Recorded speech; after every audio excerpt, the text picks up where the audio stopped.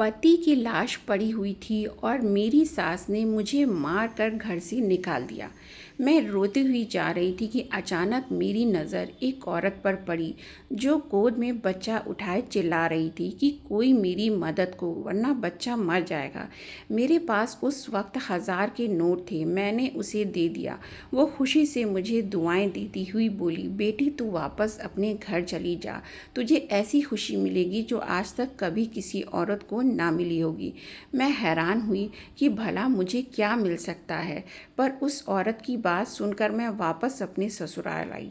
पर जैसे ही मेरी नज़र मेरे पति की लाश पर पड़ी तो मेरे सर पर आसमान टूट पड़ा। मेरे पति आज रोज़ से जल्दी अपने काम से घर आ गए थे। मैंने उनसे कहा, जल्दी से नहा लीजिए, तब तक मैं खाना लगा देती हूँ। मैं और मेरी सास खाना खा चुके थे, सिर्फ मेरे पति ही बचे थे। मैं किचन में गई और जल्दी से फ्रिज खोली तो दोपहर की बची हुई सब्जी थी। मैंने जल्दी से गर्म किया और साथ में ताज़ी रोटियां भी बना ली। उसके बाद मैंने चूल्हे पर चाय के लिए पानी चढ़ाया, क्योंकि हम सब की आदत थी खाने के तुरंत बाद हम चाय पीते थे। मैं खाना लेकर बाहर आ गई। मेरे पति और सास चौकी पर बैठे हुए थे। मैंने खाना लाकर अपने पति के सामने रख दिया। वो खाना खाने लगे। हम सबके चेहरे पर एक खामोशी थी, जबकि मेरी सास के चेहरे पर एक अजीब सी मुस्कुराहट थी जो मुझे कुछ गलत होने का संदेशा दे रही थी। लेकिन मैंने इस ख्याल को झटक दिया। मैं नहीं जानती थी कि मेरी ज़िंदगी में आगे कौन सा तूफ़ान आने वाला है। मैं उठकर किचन में आई तो देखा तो चाय उबल चुकी थी। मैंने चाय कप में छानी और ट्रे उठाकर बाहर निकल गई, लेकिन आगे का मंजर देखकर मेरे हाथ से ट्रे नीचे गिर गया और जैसे लगा किसी ने मेरी जान निकाल दी हो। मेरे पति चौकी पर लेटे हुए थे और ज़ोर ज़ोर से अपना सीना मसल रहे थे। मेरी सास घबराकर उनके हाथ पैर मल रही थीं और साथ साथ कह रही थीं, क्या हुआ अजीत, तुझे क्या हुआ? कुछ तो बात मेरी सास चिल्ला चिल्ला कर रो रही थी। उनकी हालत देखकर मैं भागते हुए अपने पति के पास आई और उन्हें देखकर मैं भी चिल्लाने लगी। मेरे पति का सारा जिस्म नीला पड़ गया था और उनके मुंह से सफ़ेद झाग निकल रही थी। वो अपना गला पकड़कर बिन पानी मछली की तरह तड़प रहे थे। इससे पहले मैं कुछ समझती या किसी को मदद के लिए बुलाती कि अचानक मेरे पति का जिस्म सूख कर काटा हो गया और उनकी आँखों की पुतलियाँ भी बेजान हो गईं। 2 मिनट में मेरी पूरी दुनिया ख़त्म हो चुकी थी। मेरे पति मुझे और अपनी माँ को अकेला छोड़कर इस दुनिया से जा चुके थे। मेरे सब कुछ मेरे पति ही थे। उनकी इस तरह अचानक मौत ने मुझे दहला कर रख दिया। मैं बिल्कुल खाली हाथ रह गई थी। उनके अलावा मेरे आगे पीछे कोई नहीं था। हमारे घर का शोर सुनकर पड़ोसी और मोहल्ले वाले भी हमारे घर आ चुके थे और आगे का मंजर देखकर वो भी हैरान हो गए। अचानक मुझे अपने आसपास घुटन का एहसास हुआ और मेरी आंखों के सामने अंधेरा छा गया। मुझे अपने आसपास की सभी चीज़ें चकराती हुई महसूस हुई। मैंने दीवार का सहारा लेना चाहा, लेकिन मैं अपना सुध बुध खो बैठी थी और अगले ही पल में मैं अपने शरीर के सारे वज़न के साथ ज़मीन पर गिर गई। मुझे होश आया तो मैंने खुद को अपने कमरे में पाया। मेरा सर अभी भी भारी था। मैंने इधर उधर देखा तो अगले ही पल में मेरे पति का बेजान वजूद मेरे नज़रों के सामने आया। मैं जल्दी से उठकर बाहर आई। सुबह हो चुकी थी। मैं पूरी रात बेहोश थी। मैंने देखा मेरा पति की लाश घर के बाहर पड़ी थी और मेरी सास उनके चारपाई से लगकर बैठी हुई थी। उनकी आँखों को देखकर लगा जैसे वो पूरी रात रोई हों। जवान बेटे का गम जो था, एक माँ करती भी तो क्या। फिर मैं जैसे ही अपने पति के लाश के पास पहुंची तो मोहल्ले की सारी औरतें मुझे देखकर एक दूसरे से कहने लगी, तो देख लो, हो गई महारानी की सुबह। कैसी बेशर्म औरत है, पति की लाश पड़ी है और ये अपनी नींद पूरी कर रही है। अरे बेशर्म, कुछ तो शर्म कर। तेरी बूढ़ी सास कल शाम से ही चारपाई से लग कर बैठी है, पानी का एक घूंट भी इन्होंने नहीं पिया। फिर भी इन्हें तेरा ही ख्याल रहा कि तुझे उठाया ना जाए, कहीं तेरी तबीयत ना खराब हो जाए। इस हाल में भी इन्हें तेरा ही ख्याल रहा। और एक तुम हो जो पहले अपने पति को जान से मार डाली और फिर बेशर्मी से इस घर में रहकर अपनी नींद भी पूरी कर रही है। अरे तुझे तो शर्म से डूबकर मर जाना चाहिए। ऐसे गुरूर से हमारे सामने खड़ी है। मैं हैरानगी से उनकी बातें सुन रही थी। वह कितनी सफाई से सारा इल्ज़ाम मुझ पर डाल रही थी।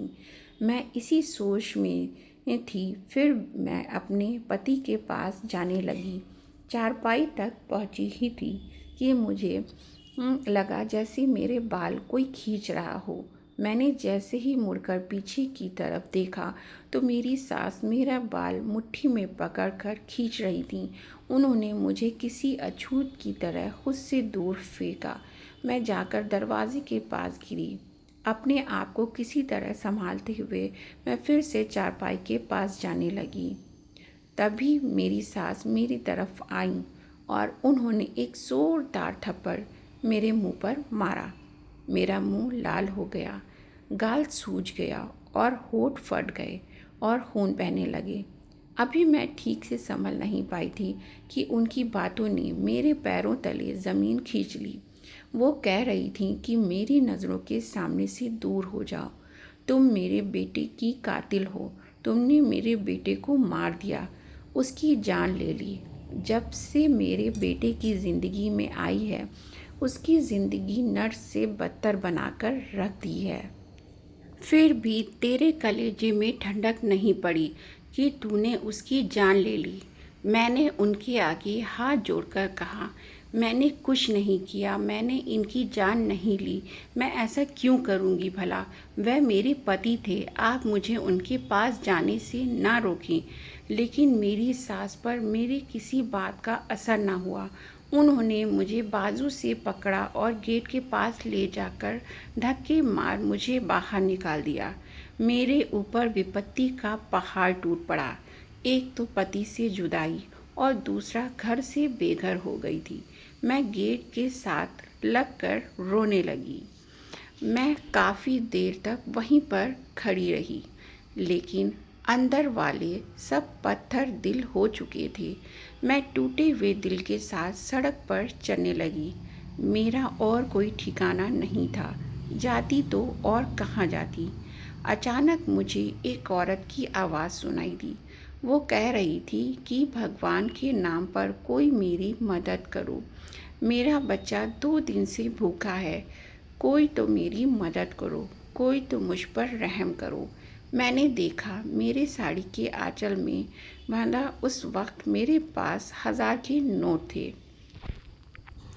मैंने वो नोट उस औरत को दे दिया। उस औरत की गोद में एक छोटा बच्चा था जो रो रहा था। शायद उसको भूख लगी हुई थी। उस औरत ने मेरी तरफ देखा और कहने लगी, बेटी कहाँ जा रही हो और रो क्यों रही हो? क्या तुम भी मेरी तरह दुखी हो? मैंने उसकी बात सुनते ही घबरा कर इधर उधर देखने लगी तो मैं अपने घर से बहुत दूर निकल आई थी। उस औरत ने कहा, भगवान तुम्हारा भला करे, तेरी सारी मुश्किलें आसान हो, तू सदा सुखी रहे। ऐसे सड़क पर ना चल जा, अपने घर चली जा। मैंने कहा, मेरा कोई घर नहीं है, मैं बेसहारा हूँ। उसने कहा, तू बेसहारा नहीं है, जा तू अपने घर चली जा। तेरा घर तेरी राह देख रहा है। तेरे पास तो सब कुछ है, फिर क्यों सड़क की खाक छान रही है? तू तो मालिका है। जा अपना घर संभाल, अपने घर जा। वहाँ तुझे ऐसी खुशी मिलेगी तूने कभी सपने में भी नहीं सोचा होगा। मैं बड़ी हैरान हुई कि उस घर में तो मेरे जवान पति की मौत हो गई है। मेरी पूरी दुनिया लुट चुकी है। भला वहाँ मुझे कौन सी खुशी मिल सकती है। हालात के आगे मजबूर होकर मैं अपने घर की तरफ जाने लगी और सोचा जाकर देखूं तो सही कौन सी खुशी मिलने वाली है। और खुशी नहीं भी मिली तो एक बार फिर से मैं अपनी सास के पैरों में गिर जाऊंगी। हो सकता है कि उनको मुझ पर रहम आ जाए और वो आखिरी बार मुझे अपने पति से मिलने दें। इतने में मैं घर के दरवाजे तक आ चुकी थी। मैंने देखा दरवाज़ा अंदर से बंद नहीं था। मैंने धड़कते दिल के साथ घर का दरवाज़ा खोला, पर दरवाज़ा खुलते ही सामने का मंजर देख मैं हैरत से दंग रह गई। मेरा पूरा शरीर कँपकँपाने लगा। मेरा नाम रोशनी है। मैं एक छोटे से शहर में रहती हूँ। मेरे साथ मेरे पति और मेरी सास रहती हैं। अभी मेरी उम्र 32 साल है। ये बात उस वक्त की है जब मैं 21 साल की थी और शहर के सबसे अच्छे कॉलेज में पढ़ा करती थी। मुझे पढ़ाई में कुछ ख़ास दिलचस्पी नहीं थी, लेकिन पापा की सख्ती की वजह से मजबूरी में पढ़ रही थी। मेरे पिता एक मशहूर बिजनेसमैन थे, लेकिन उनका रवैया हमारे प्रति शुरू से ही काफ़ी सख्त था। मैंने अपनी पूरी ज़िंदगी में उन्हें कभी मुस्कुराते हुए नहीं देखा था। वह हर वक्त गुस्से में रहते। ऐसा नहीं था कि इसकी कोई वजह थी, वो स्वभाव से ही ऐसे थे। मैं उनकी इकलौती बेटी थी, लेकिन फिर भी उन्होंने मुझसे कभी प्यार से बात नहीं की। वो मेरी हर छोटी से बड़ी ज़रूरत का ख्याल करते, लेकिन मैं उनके गुस्से से परेशान थी। मैं और मेरी माँ हमेशा फूँक फूँक कर ही कदम रखते थे और इस चीज़ का ख्याल रखते थे कि कोई भी बात उनकी मर्ज़ी के ख़िलाफ़ ना हो। मेरी माँ भी पढ़ी लिखी औरत थी। मुझे मेरे पापा के रवैये ने अपने घर वालों से दूर कर दिया था। हद से ज़्यादा सख्ती भी इंसान को अपनों से दूर कर देती। मेरे साथ भी कुछ ऐसा ही हुआ। उस दिन जब मैं कॉलेज से घर आई तो मेरे पापा के बिजनेस पार्टनर अपनी फैमिली के साथ हमारे ड्राइंग रूम में बैठे हुए थे। मेरे पापा के बिजनेस पार्टनर अक्सर हमारे घर आ जाया करते थे। मैंने खाना खाया और सो गई। शाम को सोकर उठी तो माँ ने बताया कि तुम्हारे पापा ने तुम्हारी शादी अपने बिजनेस पार्टनर के बेटे आशुतोष से तय कर दी है और अगले कुछ दिनों में तुम्हारी सगाई होने वाली है और उसके बाद शादी। उनकी बातें सुनकर मुझे ऐसा लगा किसी ने मेरे तन बदन में आग लगा दी हो। मैंने माँ से इसका विरोध किया तो माँ ने कहा, खबरदार जो उल्टी सीधी कोई हरकत की। अपने बाप के गुस्से से वाकिफ़ होना, तुम इसलिए कोई भी हंगामा करके अपने और मेरे लिए कोई मुश्किल ना बढ़ाना। मैं गुस्से से अपने कमरे में चली आई और अपना फ़ोन लेकर तुरंत अजीत को फ़ोन मिलाया। रो रो कर उससे कहने लगी कि पापा मेरी शादी ज़बरदस्ती अपने बिजनेस पार्टनर के बेटे से करवाना चाहते हैं। तुम जल्दी ही कुछ करो, क्योंकि मैं तुम्हारे अलावा किसी और से शादी नहीं कर सकती। लेकिन अजीत ने कहा, तुम फिक्र मत करो, मैं जल्दी ही कुछ करता हूँ। मैं बहुत परेशान थी। दरअसल मैं अपने क्लासमेट अजीत से प्यार करती थी। अजीत दिखने में ठीक ठाक था। उसका ताल्लुक एक मिडिल क्लास घराने से था, लेकिन मैं उसके लिए कुछ भी कर सकती थी, क्योंकि वो बहुत अच्छा था। उसके घर पर सिर्फ उसकी माँ और वो रहते थे। उसके पिता बहुत पहले ही गुजर चुके थे। उसकी बड़ी बहन थी जिसकी शादी बहुत पहले ही हो चुकी थी।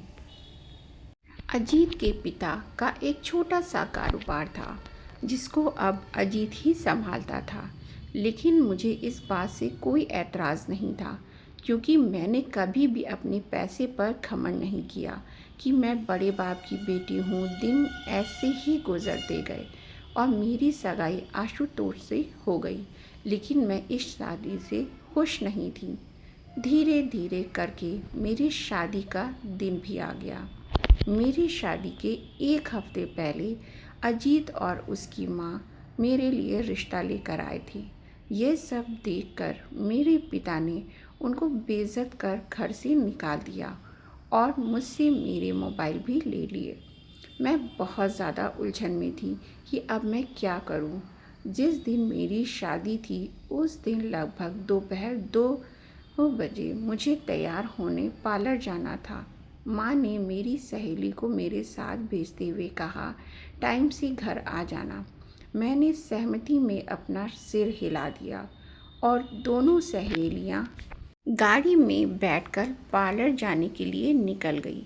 मैंने जल्दी से अपनी सहेली के हाथ से मोबाइल ली और तुरंत अजीत के पास फ़ोन मिला दिया। अजीत ने पहले बहुत नाराज़गी जताई कि तुम्हारे पापा ने हमारे साथ अच्छा नहीं किया, उन्हें मेरी माँ को बेइज्जती नहीं करनी चाहिए थी, लेकिन फिर भी मैं तुम्हारी खातिर सब कुछ भुला देता हूँ। तुम मुझे बताओ कि अब मुझे करना क्या है। मैंने अजीत से कहा, अब हमारे पास एक ही रास्ता है कि हम दोनों भागकर कोर्ट मैरिज कर लें। मैं पार्लर में हूँ, तुम आओ और मुझे जल्दी लेकर जाओ। हम आज ही कोर्ट मैरिज कर लेते हैं। अजीत ने कहा, क्या यह सब ठीक होगा? मैंने कहा, सब कुछ ठीक होगा, मैं उनकी इकलौती बेटी हूँ। धीरे धीरे करके वो सब कुछ भुलाकर मुझे अपना लेंगे। अजीत ने कहा, अच्छा ठीक है, मैं तुम्हारे पार्लर के आसपास ही खड़ा रहूँगा, तुम मुझे फ़ोन कर देना। पार्लर के बाहर पहुंचते ही मैंने ड्राइवर को बहाने करके घर भेज दिया। उससे कहा, मेरे लहंगे का मैचिंग दुपट्टा घर पर ही छूट गया है, आप मुझे वहां लाकर दे दीजिए, तब तक मैं तैयार होती हूँ। ड्राइवर के जाने के बाद मैंने तुरंत अजीत को फ़ोन मिलाया और उससे आने को कहा। वह अगले ही पल मेरे पास आ गया। मैंने अपनी दोस्त को सब कुछ समझा दिया था और उसके बाद मैं अजीत के साथ चली गई। हम दोनों ने मंदिर में जाकर शादी की और उसके बाद अजीत की दुल्हन बन उसके घर आ गई। मैं ये नहीं जानती थी कि मैंने ये कदम उठाकर कितनी बड़ी गलती की है। उधर जैसे ही मेरे माँ बाप को मेरे लापता होने की खबर मिली तो उन पर सातों आसमान एक साथ ही टूट पड़े। उन्होंने कभी सोचा भी नहीं था कि मैं ऐसा भी कुछ कर सकती हूँ। मेरे घर तो कयामत आ गई थी। मेरे पापा उसी वक्त मुझे जान से मारने के लिए निकले, लेकिन माँ ने उनका पैर पकड़कर कहा, इतना गुस्सा मत कीजिए, वह हमारी इकलौती बेटी है, भले ही आप उसे माफ़ ना करें लेकिन उसे बख्श दें, उसके साथ ऐसा कुछ ना करें। माँ के लाख समझाने पर पापा किसी तरीके से माने। मुझे अजीत के घर आए एक हफ्ता हो गया था, लेकिन मेरे मायके में खामोशी थी। मैं यह ना समझ सकी कि तूफ़ान के आने के पहले हर तरफ खामोशी ही होती है। मैं सुकून से अपने ससुराल में ज़िंदगी गुजार रही थी। मेरी सास बहुत अच्छी थी, ज़िंदगी बहुत अच्छे से गुजर रही थी। मैंने अपनी पढ़ाई छोड़ दी थी, लेकिन अजीत ने अपनी पढ़ाई जारी रखी और साथ साथ वो अपना काम भी करते थे। मेरी सास आस पड़ोस के कपड़े सिलाई करती थी। मैंने भी उनके साथ रहते रहते सिलाई सीख ली थी। मेरे ससुराल वालों की स्थिति बहुत अच्छी नहीं थी। मुझे शुरू में परेशानी हुई, लेकिन धीरे धीरे मैं यहाँ एडजस्ट हो गई थी। इसी तरह हमारी शादी को 6 महीने गुजर गए। मुझे महसूस हुआ कि मेरी सास का रवैया मेरे साथ कुछ अजीब सा होता जा रहा है। वो बार बार मुझे कहती कि अब तुम्हें अपने माँ बाप से मिलने चले जाना चाहिए, क्योंकि तुम उनकी इकलौती बेटी हो, वह तुम्हें याद करते होंगे और अब तक तो उन लोगों ने तुम्हें माफ़ भी कर दिया होगा। लेकिन मेरे अंदर इतनी हिम्मत नहीं थी कि मैं अपने बाप के गुस्से का सामना कर पाती। उनकी बातों पर मैं हर बार कोई ना कोई बहाना करके टाल देती। खैर, दिन गुजरते जा रहे थे। अजीत का रवैया भी मेरे प्रति कुछ अजीब सा होता जा रहा था। मैं उनसे उनके रवैये के बारे में पूछना चाहती थी, फिर सोचा हो सकता है काम का प्रेशर ज़्यादा हो इसलिए परेशान हो। उस दिन भी हर रोज़ की तरह अजीत नाश्ता करके अपने काम पर चले गए थे। पीछे से मैंने अपने सारे काम निपटाए और सुकून से बैठ गई, क्योंकि अब मेरे पति को घर रात को ही आना था। कुछ देर बाद मैंने दोपहर का खाना बनाया और फिर मैंने और मेरी सास ने खाना खाया। खाना खाने के बाद मैं अपने कमरे में जाकर आराम करने लगी। तभी मेरे कानों में मेरे पति की मोटरसाइकिल की आवाज़ सुनाई दी। मुझे बड़ी हैरत हुई कि वो आज इतनी जल्दी कैसे आ गए। मैंने जाकर देखा तो मेरी सास बाहर आकर बैठी थीं। उन्होंने अजीत से घर जल्दी आने की वजह पूछी तो अजीत ने कहा आज कॉलेज की भी छुट्टी थी और दफ्तर में भी कुछ खास काम नहीं था, इसलिए जल्दी आ गया। मैंने अपने पति को खाना निकाल कर दिया और उसके बाद किचन में चाय लेने गई। वापस आई, देखा मेरे पति अजीत मर चुके थे। मैं ये मंजर न देख पाई और बेहोश हो गई। जब मुझे होश आया तो सुबह हो चुकी थी। मैं अपने मरे हुए पति के पास जाना चाहती थी। मेरी सास ने मुझे ये कहकर उनके पास न जाने दिया कि तुम कातिल हो, और यही कहकर उन्होंने मुझे घर से बाहर निकाल दिया। मैं रोते हुए सड़क पर चलती जा रही थी, तभी मेरे कानों में एक औरत की आवाज़ आई। उसे मदद की ज़रूरत थी। मैंने उसकी मदद की तो उसने मुझे दुआएं देते हुए घर जाने को कहा, और साथ में ये भी कहा कि घर जाने के बाद तुझे ऐसी खुशी मिलेगी जो आज तक किसी औरत को ना मिली होगी। उनकी बातें सुनकर मजबूरन मैं घर पहुंची, और जैसे ही दरवाज़ा खोला तो सामने का मंजर देख मेरे होश उड़ गए। दरवाज़ा खोलते ही मेरे ऊपर फूलों की बारिश होने लगी। गुलाब की ताज़ा पत्तियां मेरे ऊपर गिरती जा रही थीं। मैंने नज़र उठाकर देखा तो मेरे पति की लाश गायब थी, और साथ ही साथ सारे लोग भी गायब थे। घर को फूलों की मदद से सजाया गया था। फूलों से दरवाजे से लेकर अंदर पहुंचने का एक रास्ता बनाया गया। ये सब देखकर मैं बड़ी हैरान हुई कि यह क्या है। यह तो मातम वाला घर था, यहाँ तो मातम होना चाहिए था। तो ये सब क्या है? मेरे पति की लाश कहाँ गई? मेरी सास कहाँ गई? मुझे कुछ समझ में नहीं आ रहा था। मैं उन फूलों की पत्तियों से गुजरते हुए घर के अंदर गई। मेरी सास के कमरे से बातों की आवाज़ आ रही थी। अंदर से आने वाली आवाज़ सुनकर मुझे अपने कानों पर यकीन न हुआ, और मुझे उस औरत की बातें सच लगने लगी। उसने सच ही कहा था, मैं बेसहारा नहीं बल्कि भोली और कम अक्ल हूँ। मेरी नाक के नीचे इतनी घिनौनी साजिश रचाई गई, लेकिन मैं बेखबर रही। कैसी मोहब्बत की आड़ में मेरे साथ इतना गंदा खेल खेला गया। मुझे बेतहाशा खुद की कम अक्ली पर गुस्सा आया। मैंने कैसे एक शख्स को इतना मौका दे दिया कि वह आकर मेरी ज़िंदगी से खेल खेल गया। मेरी सास मेरे पति से कह रही थी, सारी तैयारियां हो गई हैं, तुम जाओ और उसे कहीं से भी ढूंढ कर लाओ। मेरे पति ने कहा, मैं तो उसकी नज़र में मर चुका हूँ, वो कैसे आएगी मेरे साथ? फिर मेरी सास ने कहा, वो बहुत भोली है, तुम उसके सामने कोई बहाना कर देना, कह देना कि मैं बेहोश हो गया था तो लोगों ने मुझे मुर्दा समझ लिया। तो इसमें क्या कर सकता हूँ? कुछ भी करके किसी भी कीमत पर उसे वापस लेकर आओ। तुम जानते हो ना कि जिस मकसद के लिए तुमने उससे शादी की थी वह अब जाकर पूरा हुआ है। अब उसे ऐसे तो नहीं जाने दे सकते ना। कितना इंतज़ार किया था मैंने इस दिन का। मैं कितनी खुश हुई थी जब तूने मुझे आकर बताया कि तुमने एक बहुत अमीर लड़की को अपने जाल में फंसा लिया है। लेकिन मुझे क्या पता था कि उसका खड़ूस बाप इतना सख्त होगा। जब तुम दोनों भागे तो मैं यही समझी कि वह अपनी इकलौती औलाद को माफ़ कर देगा, लेकिन नहीं। उस बुढ़े ने तो सारा प्लान ही चौपट कर दिया। और इसको देखो, लैला कहीं की तुम्हारे से चिपक कर ही बैठ गई।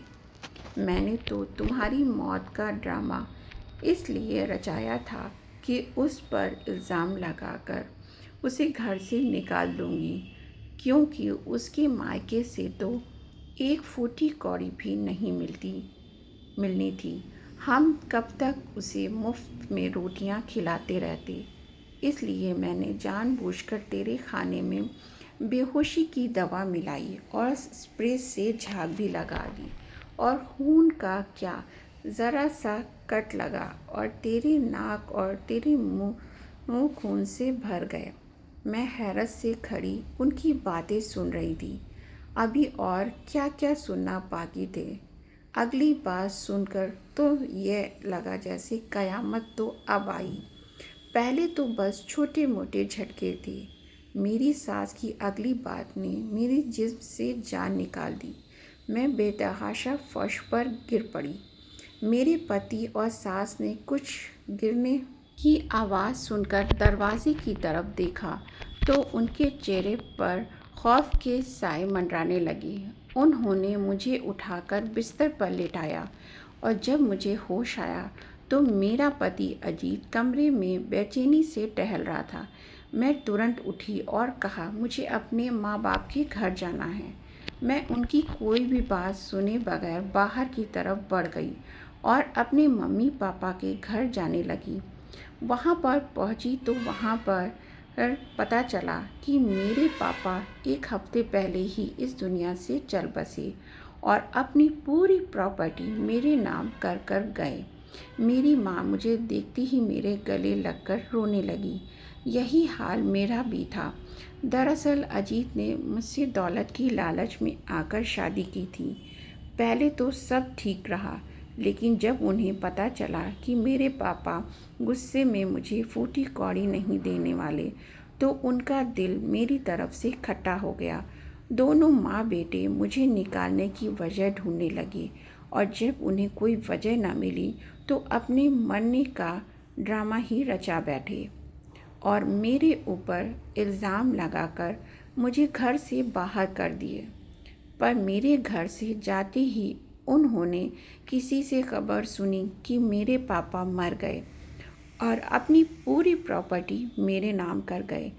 तो ये खबर सुनते ही मेरा पति उठकर बैठ गया। मोहल्ले वाले कुछ तो डर गए और कुछ ने वजह जानने की कोशिश की, तो उन्हें ऐसा महसूस कर आया कि उसे तो कुछ याद ही नहीं। सब ने यही समझा कि हमारी ही गलती है, हमने बेहोशी को मौत समझ लिया। एक एक करके सारे लोग वहाँ से चले गए। मेरी सास और मेरे प्रति प्रॉपर्टी की लालच में अब मुझे वापस लाना चाहते थे ताकि मेरी प्रॉपर्टी अपने नाम करवा सकें, और इसलिए उन्होंने मुझे खुश करने के लिए मेरे स्वागत का पूरा इंतज़ाम किया। लेकिन मैंने भी फैसला कर लिया था कि मैं उन्हें कभी माफ़ नहीं करूँगी। शाम होते ही मेरे पति और मेरी सास मेरे घर आए और मुझसे माफ़ी मांगने लगे, लेकिन मुझ पर उनकी किसी भी बात का कोई असर नहीं हुआ। वह मायूस लौट गए। कुछ दिन बाद मुझे पता चला कि मेरी सास को उनके किए की सज़ा मिल गई और उनके पूरे शरीर में फालिस मार दिया। अजीत की भी हालत बहुत ख़राब थी। उसकी हालत देखकर मेरा दिल खून के आंसू रोता था। चाहे उसने मेरे साथ जो भी किया, लेकिन वो मेरी मोहब्बत था, इसलिए ना चाहते हुए भी मैंने उसे माफ़ कर दिया। मेरी और मेरे पति दोनों बहुत बदल गए। उनकी ज़िंदगी से दौलत की हवस ख़त्म हो चुकी है। 2 साल बाद भगवान ने मुझे एक खूबसूरत बेटा दिया और मैं हंसी खुशी अपनी ज़िंदगी जी रही हूँ। दौलत की लालच इंसान को अंधा कर देती है। वो संभल तो जाता है, मगर ठोकर लगने के बाद। दोस्तों, वीडियो कैसा लगा कमेंट करके ज़रूर बताइएगा।